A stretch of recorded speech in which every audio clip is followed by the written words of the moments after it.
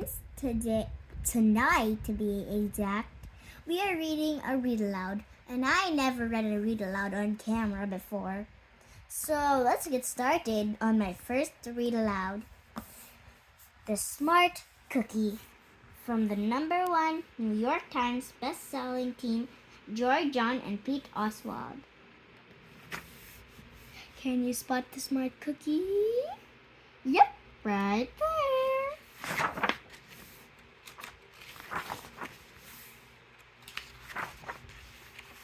Greetings, I'm a cookie. I live in a bakery on a street corner near a river. Sweet Street. Oh, and there's Sweet Street. Come on in. Welcome to our little community. It's a warm and supportive place to spend some time. Pretty fantastic, eh? It is fantastic. These days, life is sweet, but my journey wasn't always a cakewalk. When I was younger, I couldn't have imagined fitting in here. For a long time, I didn't feel comfortable speaking up or sharing my ideas. I didn't feel like a smart cookie. I wanted to be a cookie who knew all the answers, a cookie who felt confident in a group, a cookie who said, "Aha!" when solving a puzzle like this. Aha! Looking back, I had some troubles in my early day. I went to school in a gingerbread house. Our teacher, Miss Biscotti, was kind and patient when I arrived each morning. She'd wave at me and smile. But I didn't get the best grades report card.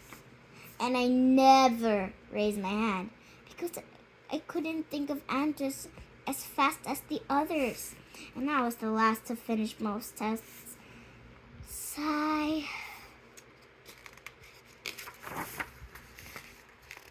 It wasn't because I didn't care, and it wasn't because I didn't try.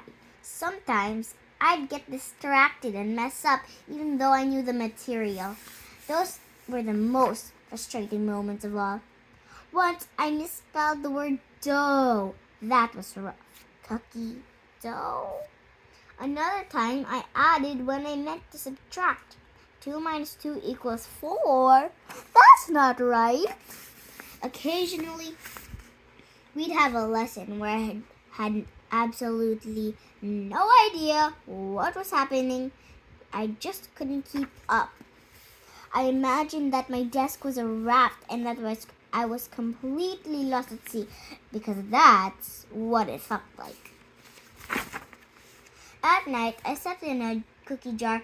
I had about 6 dozen roommates. Move. You move. No, you move. No, you move. No, you move. I'd stay awake and stare out the window and worry. Sigh.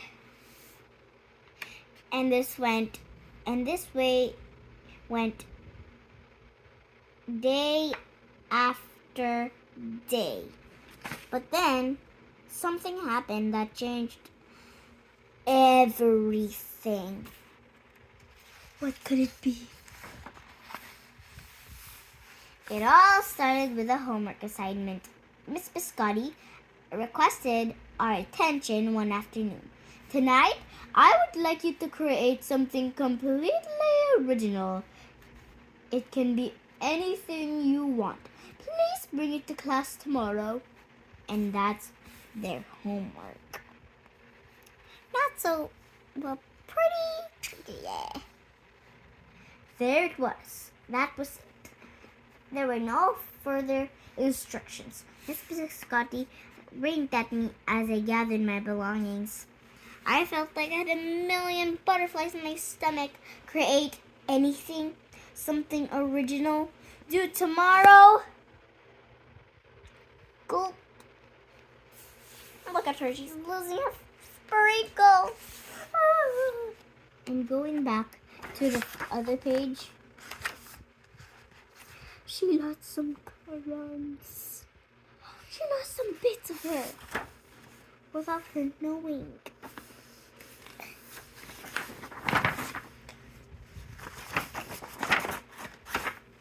When I got home, I immediately went to work. At first, I tried a cooking project. The results were half-baked. Yeah, half-baked. Then next, I tried to hammer and nail something. It splintered immediately. Then I tried making a sculpture. It was a complete burst. I wondered if I was about to fail yet another assignment. I was stuck. Look at her. Half-baked. You do not know how to cook. You do not know how to cook yet. Oh my god, the bird is so hangry. Angry, not hangry.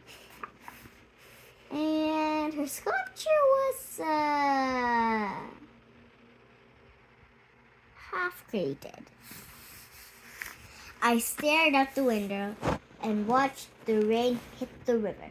There was something mesmerizing about the water, how it moved in such a chaotic way and swirling around and around, yet ultimately figuring out exactly where it needed to go.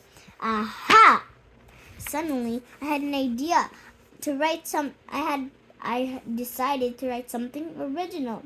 A poem! Her dreams are coming true.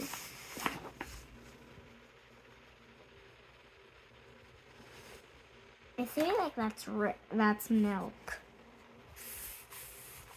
I came up with a title based on how I'd been feeling, my crummy days. After that, the rest of it seemed to fall into peace. I wrote and I wrote. I lost track of time. An hour went by in a flash. I said, aha, when I was finished.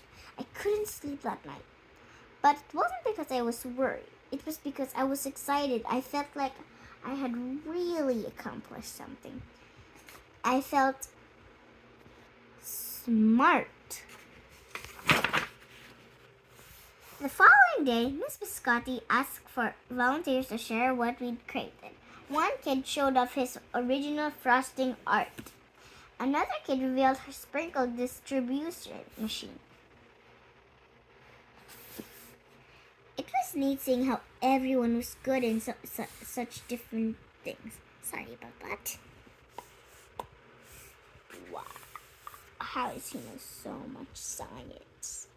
Well, I don't even know what this means. E equals MEC2. What does that mean? And what are these? Feathers? I don't know. Let's find out. I don't think we can find out. I'm not for them. Finally, Miss Biscotti turned to me. Would you like to share anything? She asked. Gulp. Gulp. I gulped. I thought I'd probably crumble under the pressure. Well, it kind of did. Look. You kind of did crumble right here. Right, guys? Give me a thumbs up if you think yes. But I made my way up to the front of the classroom. I noticed that my hands were shaking. My mouth went dry.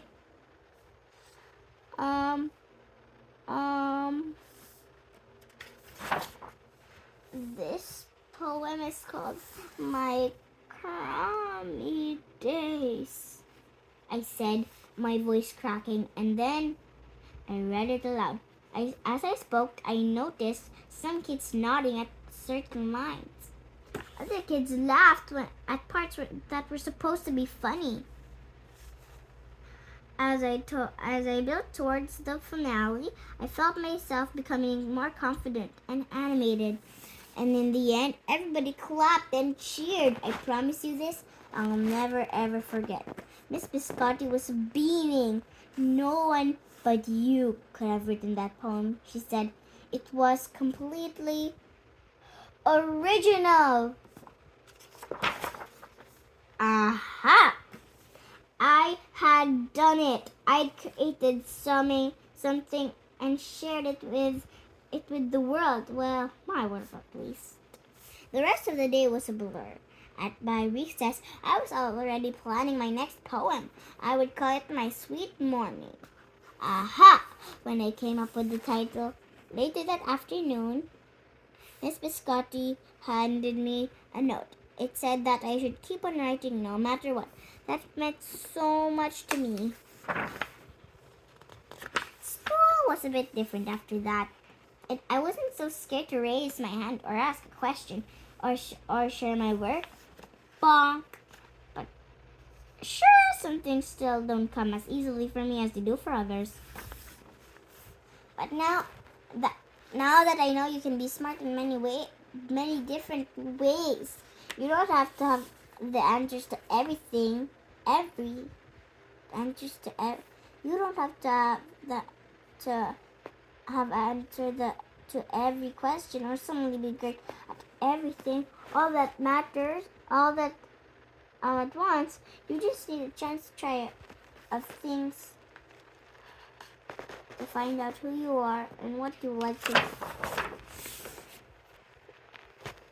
And action! Woohoo!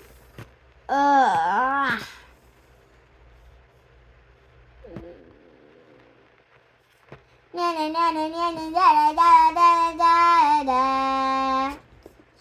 I know.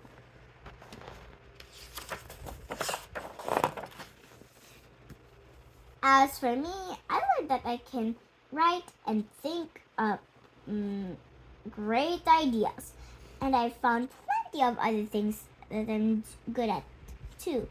I no longer feel lost at sea. It's more like floating down a river. And the best part is there's always more to learn. Poetry night, because we're all smart cookies. Aha! Aha! Aha! Can you spot her again? Can you spot the cracker? Can you spot the croissant? Cupcake? Macaroon?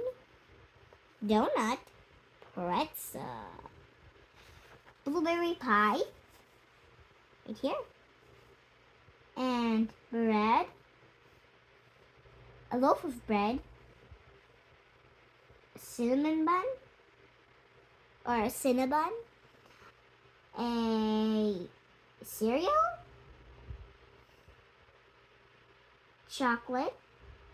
And another puff. The end. The lesson was to never give up on things you love doing and always try your best.